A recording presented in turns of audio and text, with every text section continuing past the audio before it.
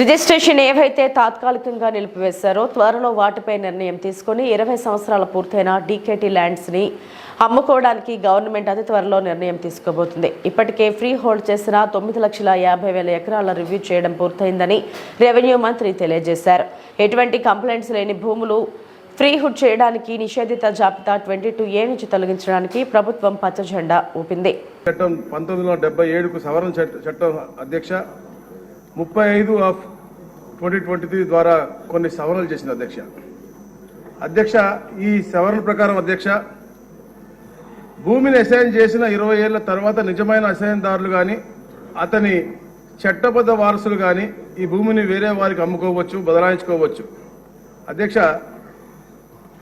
దీని విధివిధాలు తెలియజేసేందుకు ఒక executive instruction ఇచ్చారు అధ్యక్ష, జీవో నంబర్ 596 అధ్యక్ష. అయితే అధ్యక్ష, ఈ యొక్క జీవో ఉనికిలోకి వచ్చే ముందే, యాక్ట్ ఉనికిలో వచ్చే ముందే అధ్యక్ష 6 నెలల ముందు, కరెక్ట్గా ఎలక్షన్కి 6 నెలల ముందు ఈ యొక్క యాక్ట్ అమెండ్ చేశారు అధ్యక్ష.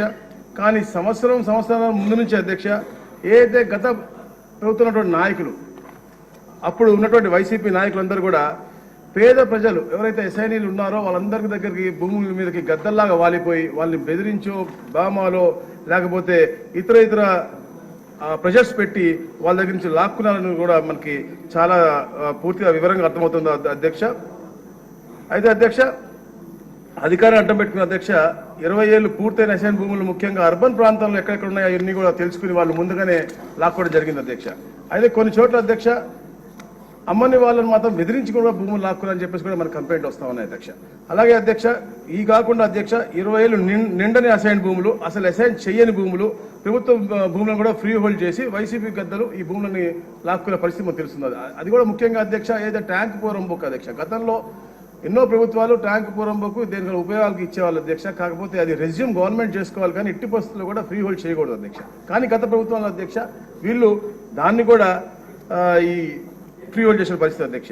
అయితే అధ్యక్ష ఎన్ని పెద్ద ఎత్తున కంప్లైంట్స్ రావడంతో అధ్యక్ష ఇవన్నీ కూడా రీవెరిఫికేషన్ చేయాల్సిందే అని చెప్పేసి, రీవెరిఫికేషన్ అయ్యేదాకా ఎట్టి పరిస్థితుల్లో రిజిస్ట్రేషన్ కూడా చేయకూడదని చెప్పేసి 10వ తారీఖు ఆగస్టున అధ్యక్ష రిజిస్ట్రేషన్ కూడా ఆపుదలు చేసుకుంటూ కూడా మేము ఒక మెమో ఇవ్వడం జరిగింది అధ్యక్ష, ఐజీఎన్ స్టాంప్స్ రిజిస్ట్రేషన్ ద్వారా అధ్యక్ష. అయితే అధ్యక్ష ఇప్పటి వరకు అధ్యక్ష సర్వీస్ ఇనామ్ డాటెడ్ భూములన్నీ కలిపి 13,59,805 ఎకరాల అధ్యక్ష ఫ్రీ హోల్డ్ చేశారు అధ్యక్ష. దాంట్లో అసైన్ భూములు అధ్యక్ష 9,93,285 అధ్యక్ష, డాటెడ్ భూములు 1,94,232 అధ్యక్ష, సర్వీస్ ఇనాం భూములు అధ్యక్ష 1,38,846 అధ్యక్ష, షరతుగల భూముల అధ్యక్ష 33,442 అధ్యక్ష. అధ్యక్ష కేవలం అసైన్ భూముల వరకే చూస్తే అధ్యక్ష 9,93,285 అధ్యక్ష, దాదాపుగా 9 లక్షల వరకు రీవెరిఫికేషన్ అయిపోయింది అధ్యక్ష. మిగతా రీవెరిఫికేషన్ పూర్తయిన తర్వాత అధ్యక్ష వీటిపై చర్యలపైన కూడా తప్పకుండా అందరం కలిసికట్టుగా కూర్చొని మా ఆలోచన చేసి దీని మీద మనం చర్యలు తీసుకున్నాం అధ్యక్ష.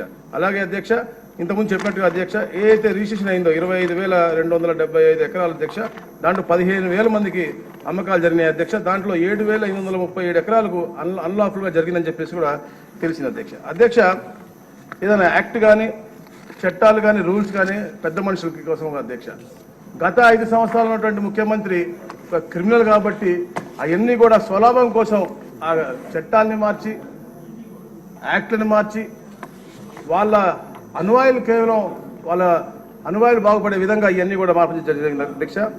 పేద బడుగు బలహీన వర్గాల కోసం అధ్యక్ష తప్పకుండా ఈ ప్రభుత్వం అనేది పేదల హితం కోరే ప్రభుత్వం కాబట్టి వాళ్ళ కోసం అవసరమైతే వాళ్ళు చేసినటువంటి తప్పులన్నీ కూడా చట్టపరంగా యాక్షన్ తీసుకోవటం, అలాగే వాటిని కూడా అమెండ్ చేసే విధంగా కూడా తప్పకుండా ముందుకెళ్తాం అధ్యక్ష. అందుకనే అధ్యక్ష, ఎందుకంటే ఇప్పుడు వచ్చిన కంప్లైంట్లో అధ్యక్ష ల్యాండ్ గ్రాబింగ్ కంప్లైంట్స్ 881 వచ్చినాయి అధ్యక్ష, దాంట్లో 8,081 అధ్యక్ష, దాంట్లో 5,300 రిటర్న్స్ కూడా అయిపోయింది అధ్యక్ష.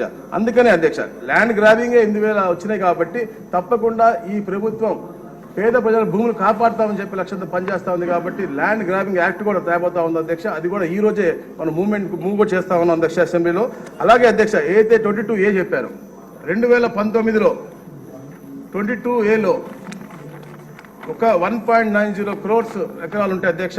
ఈ రోజుకి 1.84 crores అంటే 6 లక్షల ఎకరాలు వాళ్ళు తీయటం జరిగింది అధ్యక్ష. అంటే పెద్దలందరూ చెప్పినట్టుగా, గౌరవ సభ్యులు చెప్పినట్టుగా వారికి కావాల్సిన వారిని తీయటం అన్ని కూడా క్షేత్రస్థాయిలో ఎవరైతే పేదలు ఉన్నారో అక్కడ అధికారులను బెదిరించి కూడా చేయడం జరిగిందని చెప్పి తెలిసింది అధ్యక్ష. తప్పకుండా దీనిపైన మేము కమిటీ వేయటం అనేది పెద్దలు కోరారు, హౌస్ కమిటీ వేస్తామా లేకపోతే దీన్ని కింద స్థాయిలో ఉన్నటువంటి అధికారుల నుంచి అధికారం తీసేసుకుని పైన గౌరవ ముఖ్యమంత్రి గారు తెలియజేసి స్పెషల్ సిఎస్ స్థాయిలో ఈ యొక్క పర్యవేక్షణ అనేది పెట్టడం అనేది మేము కూడా ఆలోచన చేస్తా ఉన్నాం. తప్పకుండా మీతో కూడా డిస్కస్ చేసి ఏదో బండా సత్యం గారు చెప్పారో వారు ఇస్తే అవి కూడా దానికోసం కమిటీ వేయటం, అలాగే కడపలో కూడా చెప్పారో దానికి ఒట్టి కడప కాదు అధ్యక్ష, ప్రతి ఒక్క జిల్లాలో కూడా ఈ ఒకటి సమస్య ఉంది అధ్యక్ష. తప్పకుండా మీ ద్వారా కూడా చర్చించి తప్పకుండా హౌస్ కమిటీ వేయడం కూడా మేము ముఖ్యమంత్రి గారు మేము సలహా తీసుకుని తప్పకుండా చేస్తాం అధ్యక్ష. Thank you. మంత్రి గారు ఒక నిమిషం అన్న మంత్రి గారు, నాది ఒక సూచన.